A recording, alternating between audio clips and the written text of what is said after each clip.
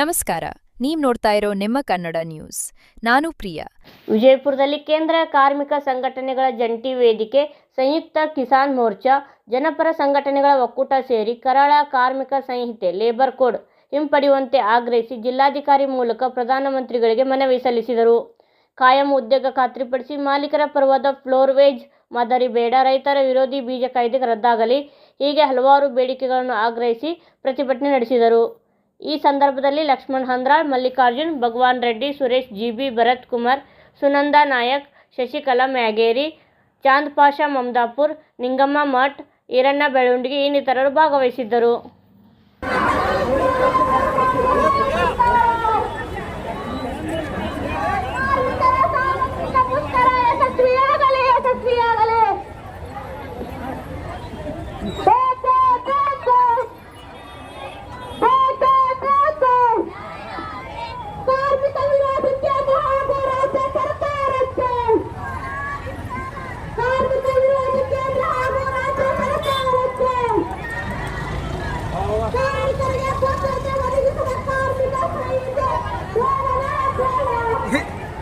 ಬರ್ರಿ ಬರ್ರಿ ಇದು ಆಯ್ತು, ಇಲ್ಲಿ ಸೀದಾ ಅಲ್ಲೇ ಹೋಗಿ ಬರ್ರಿ.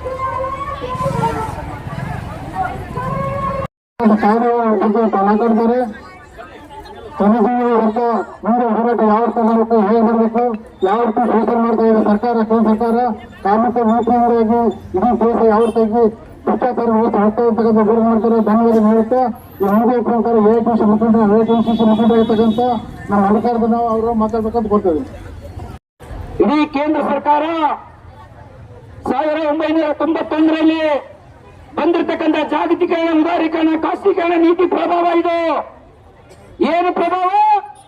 ಮೊನ್ನೆ ಸುಪ್ರೀಂ ಕೋರ್ಟ್ ಮುಖ್ಯ ನ್ಯಾಯಮೂರ್ತಿ ಸೂರ್ಯಕಾಂತ್ ಸರ್ ಹೇಳ್ತಾ ಇದ್ದಾರೆ, ಒಂದು ಸಾರ್ವಜನಿಕ ಹಿತಾಸಕ್ತಿ ಕಾಯ್ದೆ ಬಂತು, ಒಂದು ಅರ್ಜಿ ಬಂತು.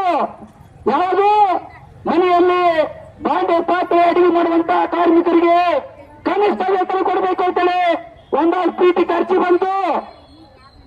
ಸಾಮಾನ್ಯ ಸೂರ್ಯಕಾಂತ್ ಸಾಹೇಬ್ ಹೇಳ್ತಾ ಇದ್ದಾರೆ, ಯಾಕೆ ಅವ್ರಿಗೆ ಬೆಲೆ ಜಾಸ್ತಿ ಮಾಡಬೇಕು, ಅವ್ರ ಮೇಲೆ ಕನಿಷ್ಠ ಕೂಲಿ 20,000 ರೂಪಾಯಿ ಮಾಡಿದ್ರೆ ಮನೆಗೆ ಊಟ ಮಾಡ್ತಾರೆ. ಅವರು PF ಕೇಳ್ತಾರ, ESI ಕೇಳ್ತಾರ, ಕನಿಷ್ಠ ವೇತನ ಕೇಳ್ತಾರ. ಅವರಿಗೆ ಕನಿಷ್ಠ ವೇತನ ಮಾಡುವ ಅವಶ್ಯಕತೆ ಇಲ್ಲ. ಮುಂದುವರೆದ ಮಹಾಶಯರು ಇಡೀ ದೇಶದಲ್ಲಿ ಕೈಗಾರಿಕೆಗಳು ಕುಂಠಿತ ಆಗ್ತಾರ. ಕೈಗಾರಿಕೆಗಳು ಬೆಳವಣಿಗೆ ಯಾಕೆ ಆಗ್ತಾ ಇಲ್ಲ ಅಂದ್ರೆ ಕಾರ್ಮಿಕರ ಕಾರಣ ಅಂತ ಹೇಳ್ತಾ ಇದ್ದಾರೆ ಅವರು. ಕಾರ್ಮಿಕ ಸಂಘಟನೆ ಕಾರಣ. ಕಾರ್ಮಿಕರು ಹೋರಾಟ ಮಾಡ್ತಾರೆ ಮೇಲಿಂದ ಮೇಲೆ, ಅದಕ್ಕೋಸ್ಕರ ಕುಂಠಿತ ಆಗ್ತಾ ಇದೆ ಅಂತ ಸನ್ಮಾನ್ಯ ಮುಖ್ಯ ನ್ಯಾಯಮೂರ್ತಿಗಳು ಹೇಳ್ತಾ ಇದಾರ. ಸ್ವಾಮಿ, ಯಾರು ಪರವಾಗಿದ್ದೀವಿ? ಈ ದೇಶದ ಜನಗಳ ಪರವಾಗಿ ನ್ಯಾಯ ಕೊಡ್ತೀರೋ, ಈ ದೇಶದ ಟಾಟಾ ಬಿರ್ಲಾ ಪರವಾಗಿ ನ್ಯಾಯ ಕೊಡ್ತೀರೋ? ಯಾರು ಕೊಡ್ತಾ ಇರ್ಬೋದು ಪಗಾರ? ನಮ್ಮ ಟ್ಯಾಕ್ಸ್ ಅಲ್ಲಿ ಪಗಾರ ಕೊಡ್ತಾ ಇರ್ಬೋದು. ಯಾಕಂದ್ರೆ ಅಲ್ಲಿ 91ರಿಂದ ಇಲ್ಲಿವರೆಗೂ ಬಂದಿರತಕ್ಕಂಥ ಎಲ್ಲಾ ಸರ್ಕಾರಗಳು ಕೂಡ ಶ್ರೀಮಂತರ ಪಾದ ಸೇವೆ ಮಾಡ್ತಾ ಇದಾರೆ. ಅದಕ್ಕೋಸ್ಕರನೇ ಮುಖ್ಯ ನ್ಯಾಯಮೂರ್ತಿಗಳ ಮೂಲಕ ಅವ್ರಿಗೆ ಹೇಳಿಕೆ ಕೊಡಿಸಿದ್ದಾರೆ. ಏನು? 178 ರೂಪಾಯಿ ಜಾಸ್ತಿ ಆಗ್ತದೆ ಒಂದು ದಿವಸ. ಅರ್ಥ ಮಾಡಿದ್ರು ಸ್ನೇಹಿತರೆ, ಬೆಳ್ಳುಳ್ಳಿ 700 ರೂಪಾಯಿ ಇದೆ, ಬೇಳೆ 700 ರೂಪಾಯಿ ಇದೆ, ಅಕ್ಕಿ 60 ರೂಪಾಯಿ ಇದೆ, ಹೆಚ್ಚಿನ ಬೆಲೆ ಕಟ್ಟದ. ಇದ್ರ ವಿರುದ್ಧ ಹೋರಾಟ ಮಾಡಬೇಕು ಸ್ನೇಹಿತರೆ. ಯಾಕೆ? ಅವರು ಒಂದೊಂದು ರಾಜ್ಯದಲ್ಲಿ ಗೆಲ್ತಾ ಇದ್ದಾರೆ ಬಿಜೆಪಿ. ಅದಕ್ಕೋಸ್ಕರ ಅರ್ಥ ಮಾಡ್ಕೊಂಡಾರ, ನಮ್ಮ ಹಿಂದೆ ಬಂಡವಾಳಗಾರಿದಾರ, ದುಡ್ಡು ಕೊಡ್ತಾರ. ಅದಕ್ಕೋಸ್ಕರ ಅವರು ಪಾದ ಸೇವೆ ಮಾಡಬೇಕು, ಕಾರ್ಮಿಕರ ಪಾದ ಸೇವೆ ಅಲ್ಲ ಅಂತ ಹೇಳ್ಬಿಟ್ಟು ಟಾಟಾ ಬಿರ್ಲಾ ಸೇವೆ ಮಾಡ್ತಾ ಇದಾರ. ಮೋದಿ ಅಷ್ಟೇ, ಕಾಂಗ್ರೆಸ್ ಅಷ್ಟೇ, ಇನ್ನಿತರ ಪಕ್ಷಗಳಷ್ಟೇ. ಮನೆ ಮಾಡಿ ಬಿಹಾರದಲ್ಲಿ ಚುನಾವಣೆ ಗೆದ್ದವರು. ಅದಕ್ಕೋಸ್ಕರ ಯಾಕೆ ಗೆದ್ರು? ನೀತಿ ಸಂಹಿತೆ ಇವರಿಗೆ ಅಪ್ಲೈ ಆಗಲ್ಲ ಬಿಜೆಪಿ ಅವರಿಗೆ.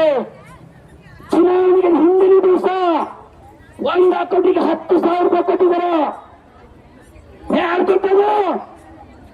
ಜನಗಳ ದುಡ್ಡು, ಜನಗಳ ದುಡ್ಡು. ನೀವು 10,000 ರೂಪಾಯಿ ಹಿಂದಿನ ದಿವಸ ಬ್ಯಾಂಕಿಗೆ ಹಾಕಿ ಓಡ್ತುಕೊಳ್ಳುವಂತ ಈ ಹೀನ ಕೃತ್ಯ ಬಿಜೆಪಿ ಸರ್ಕಾರ. ಇದರಿಂದ ಹೋರಾಟ ಮಾಡಬೇಕು ಸ್ನೇಹಿತರು. ಇನ್ನೊಂದು ಕೊನೆಯದಾಗಿ ರಾತ್ರಿ ಮಹಿಳೆಯರಿಂದ ರಾತ್ರಿ ಕೆಲಸ ಮಾಡಬೇಕು ಅಂತಾರೆ. ಸ್ವಾಮಿ ನರೇಂದ್ರ ಮೋದಿ ಅವರೇ, ಸಿದ್ದರಾಮಯ್ಯ ಅವರೇ, ಅವನತ್ತೆ ನಮ್ಮ ಮನೆಯವರಿಗೆ ಸುರಕ್ಷಿತ ಇಲ್ಲ. ನಮ್ಮ ಹೆಂಡತಿ ಆಗಿರ್ಬೋದು, ತಾಯಿ ಆಗಿರ್ಬೋದು, ತಂಗಿ, ಮಗಳು ಯಾರು ಸುರಕ್ಷಿತ ಇಲ್ಲ. ಯಾರು ಅತ್ಯಾಚಾರ, ದೌರ್ಜನ್ಯ ಸಂಖ್ಯೆ ಜಾಸ್ತಿ ಆಗ್ತಾ ಇದೆ.